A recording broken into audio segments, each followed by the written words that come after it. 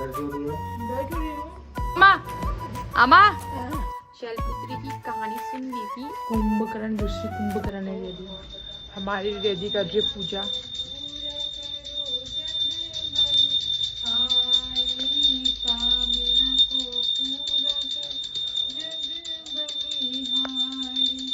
तो हम भी मुँह धो लेते हैं, भगवान का नाम का जाप करते हैं।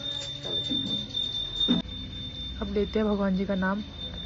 काफ़ी आज थैंक यू परेशान जैसी हो रही हूँ, थकी थकी जैसी थैंक यू हो रही हूँ, और हल्का सा इरिटेट भी हो रही हूँ। कोई भी कुछ बोल रहा था वो हल्ला मचा दे रही हूँ, चीख जा रही हूँ। तो लगता है मुझे डोज की ज़रूरत है, तो लेते हैं डोज।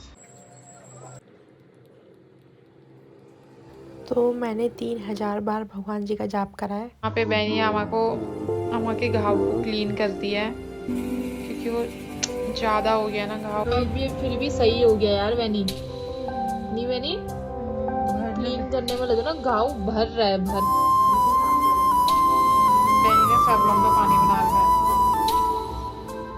और भी फल डाल देंगे, क्योंकि जर्म्स नहीं होने चाहिए ना बिल्कुल भी।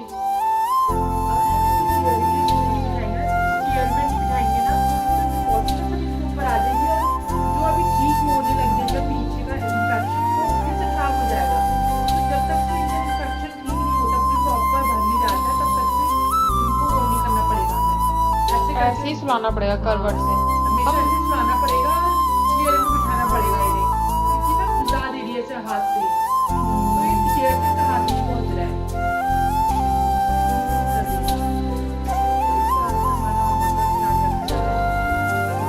और सीरियसली बीच में भी मतलब अभी भी चाय पिलाई, अंदर लाए काम किया, और भी मैं सोचा चलो आपको अपडेट दे देते हैं कि अपने हमारा हमने क्लीन कर दिया है।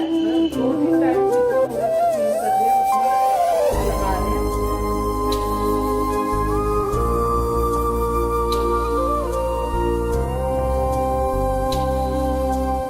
आपको फर्श सही करके लगा दे, दर्द जो भी है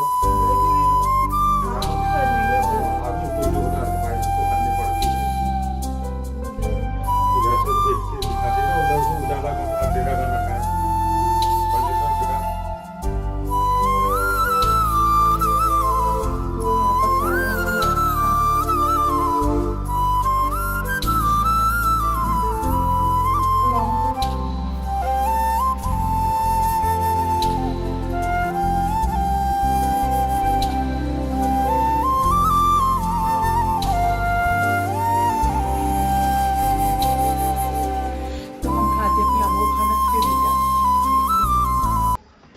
तो अम्मा को तो खाना खिला दिया है और अम्मा को सुला दिया है। ये देखो अम्मा को सुला दिया है। इनके ना ये हाथ बाहर रखने पड़ेंगे, क्योंकि ये अपने यहाँ खुजला दे रही है, बिस्तर से बाहर से ही अपना वो घिस दे रही है उसे, इसलिए इनके दोनों हाथ बाहर रखे हैं। गर्मियों के दिन हो रहे वैसे भी, और इनको ना पेटीकोट नहीं पहनाया, सिर्फ डायपर में रखा है, क्योंकि वो उसमें कुछ रगड़े वगड़े नहीं होने चाहिए ना, इसलिए। और अम्मा सो रही है।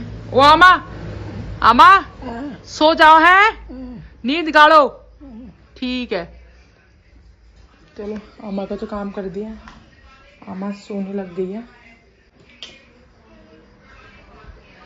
ओ जैसे कि मैंने बोला था कि आपको रेडी हर दिन की कहानी सुनाएगी, कल का दिन मिस कर दिया हमने। कल तो काम हो गया था, जैसे कि आपने देखा कि अम्मा का कल गेट रेडी विद मी था, और फिर काम ही काम हो गया था, जैसे आपने देख ही रहे हो ब्लॉग में कितना काम हो जाता है। तो कल मुझे तब याद आया कि जब ये सो गई थी, तब याद आया कि रेडी को सुनानी थी दूसरे दिन की कहानी। अब दूसरे और तीसरे दिन की रेडी आज ही सुना देगी। चलो रेडी से सुनते हैं कहानी। तो जैसे कि हमने पिछली वीडियो में माता शैलपुत्री की कहानी सुन ली थी, और आज हम सुनेंगे माता ब्रह्मचारिणी और माता चंद्रघंटा की कहानी। तो मैं आपको पहले सुनाती हूँ माता ब्रह्मचारिणी की कहानी। जब माता पार्वती शैलपुत्री जब अपनी युवावस्था में आ जाती हैं, तो उनको जो होते हैं, मतलब माता पार्वती का मन बचपन से ही शिव के संग जुड़ा हुआ था। बचपन से ही वो शिव जी को लेकर के काफी ज्यादा अट्रैक्टिव थी, उनको लेकर काफी मानती थी, उनको बहुत विश्वास करती थी उनपे। जैसे जैसे वो थोड़ी बड़ी होती गई, तो नारद ऋषि ने उन्हें बताया कि शिव जी की महिमा का गुणगान किया, उनसे शिव जी की महिमा के बारे में बताया। तो माता पार्वती जो है वो और ज्यादा प्रसन्न हो जाती है, और वो देव ऋषि नारद ऋषि मुनि की बात सुन के और उनकी बातों को ग्रहण करके वो क्या करती हैं, तपस्या करती हैं। तो माता पार्वती पहले जो होती हैं, पहले वो फलाहार तपस्या करती हैं, मतलब वो सिर्फ उस वक्त फल खाती हैं। फिर उसके कुछ समय बाद, जब कई वर्ष बीत जाते हैं, उसके बाद वो बेलपत्र खा के व्रत रखती हैं अपना। फिर बेलपत्र खा के व्रत रखती हैं, और उसके बाद वो क्या करती हैं, अपना निर्जला व्रत रखती हैं, मतलब जिसमें वो जल भी नहीं पीती हैं। और उसके बाद वो पूरी तरीके से जो होती है वायु पर निर्भर होती है। वो बहुत कठिन तपस्या करती है, बहुत परिश्रम करती है शिव जी को पाने के लिए, कई वर्षों तक का बहुत तपस्या करती है। और उनकी तपस्या को देखते हुए जब भगवान जी और सारे इष्ट देवता प्रसन्न हो जाते हैं, तो वो सब भोले बाबा के पास जाते हैं कि भोले बाबा, माता पार्वती इस रूप से आपकी तपस्या कर रही है। तो फिर भोले बाबा जी होते हैं माता रानी का टेस्ट लेने के लिए आते हैं, एक बाबा के रूप में माता रानी की परीक्षा लेने के लिए आते हैं। और वहां पे वो अपनी ही बुराई करने में लगे होते हैं माता पार्वती से, लेकिन माता पार्वती के मन में तो शिव बस चुके होते हैं, वो तो शिव जी को अपने प्रति रूप में मान चुकी होती हैं। तो वो साधु की बातें, मतलब शिव जी की बातों पे कोई ध्यान ना देकर वो बस शिव की ही महिमा कर रही होती है। वो कहती हैं कि मैंने शिव को अपने पति रूप में मान लिया है, अब मैं वही मेरे पति होंगे। तो फिर शिव जी भी उनकी तपस्या देखकर प्रसन्न हो जाते हैं, और माता रानी अपने टेस्ट में पास हो जाती है। तो उसके बाद माता पार्वती और शिव जी का विवाह होता है। ये थी हमारे माता रानी के दूसरे रूप की कहानी। तो अब हम सुनते हैं माता रानी की तीसरे रूप की, यानी कि माता चंद्रघंटा की कहानी। तो जितना कि मुझे ध्यान है, मैंने कहानी वैसे सुनी है, तो मैं आपको वैसे ही सुना रही, बिना देखे सुना रही। तो थोड़ा हो सकता है कि 19-20 हो जाए मेरी कहानी, तो उसके लिए मैं माफी मांगना चाहूंगी। तो माता चंद्रघंटा की कहानी में ये होता है कि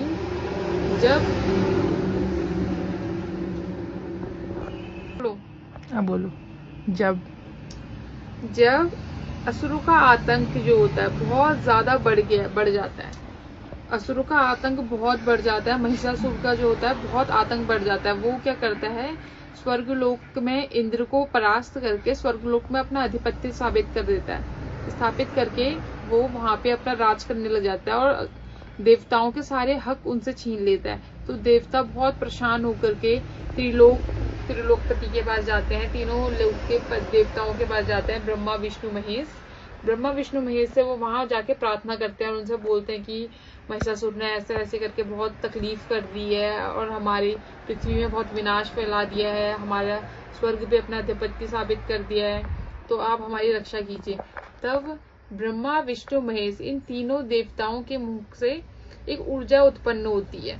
तो उसी ऊर्जा से एक कन्या उत्पन्न होती है, जिनको हम कहते हैं माता चंद्रघंटा। माता चंद्रघंटा का रूप में माता चंद्रघंटा जब उत्पन्न होती है, तो शिव जी अपना त्रिशूल देते हैं, विष्णु जी अपना सुदर्शन चक्र देते हैं, और उसी प्रकार ब्रह्मा जी भी अपने अस्त्र देते हैं, और सभी देवी देवता अपने अस्त्र से माता को सुसज्जित करते हैं। उसके बाद माता का रूप जो होता है काफी विकराल होता है उसमें। तो वो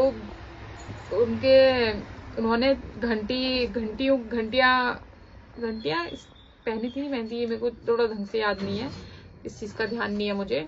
तो जब वो युद्ध करने जाती है, तो आधे जो राक्षस होते हैं वो तो माता का रूप देखकर ही बहुत भयभीत हो जाते हैं, वहीं पे वो उनका विनाश हो जाता है। उसके बाद माता रानी के पास जो घंटा था और जो त्रिशूल थे, शंख थे, उनके बाद जो सिंह था, उन सब की ध्वनि से, उस घंटे की ध्वनि से, और जो राक्षस थे उनका जो है, उनके लिए रहना मुश्किल हो जाता है, उनके लिए वो बहुत कठोरदायक होती है वो आवाज, जिसकी वजह से क्या कहते हैं, राक्षस मारे जाते हैं, और माता रानी भी महिषासुर का वध कर देती है। तो यहाँ पे ये होता है कि माता रानी का जो घंटा है, जो घंटी होती है, उसकी आवाज से क्या होता है, नकारात्मक ऊर्जा भाग जाती है। माता रानी को जो है काफी साहसी रूप में देखा जाता है यहाँ पे, कि उनके अंदर कितना साहस है, कितनी वो शक्तिमान है, कि भाई उन्होंने राक्षसों को बिना किसी और की सहायता के अकेले खुद से सभी राक्षसों का वो विनाश कर देती है। बस इतनी ही कहानी थी माता चंद्रघंटा की। धन्यवाद। कोई भूल चूक हुई होगी तो माफी चाहती हूँ। बस खत्म। तो जैसे कि आपने देखा रियदी ने काफ़ी अच्छे से डिटेल में समझाया।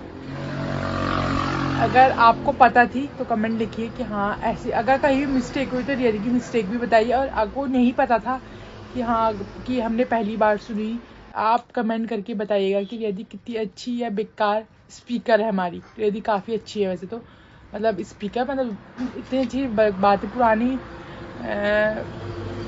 धार्मिक चीज़ों के बारे में रियदी को बहुत ज्ञान है, जैसे कि मैंने बताया आपको। तो रियदी खा रही है भी खाना। अब रियदी का गला भी सूख चुका है बताते बताते, तो हम भी खाते खाना, फिर मिलते हैं आपसे, ठीक है। तो मैं आपको एक कुंभकर्ण से मिलाना चाहती हूँ, जो हमारे घर का कुंभकर्ण है, दिखाती हूँ। मतलब कोई इतना सच में सोच सकता है, मैं सोच नहीं सकती हूँ। मेरे ना इतना सा भी मुंह में अगर हल्का सा भी बाल आएगा ना, तब भी मुझे दिक्कत हो जाती है। हल्का सा वही में भी बाल आएगा ना, वैसे ऐसे हटा के सोती हूँ। मुझे पसंद नहीं है मुंह में कुछ भी, और आपको भी नहीं पसंद होगा, आई नो। रियादी को देखती है, कुंभकर्ण दूसरी कुंभकर्ण है रियादी हमारी।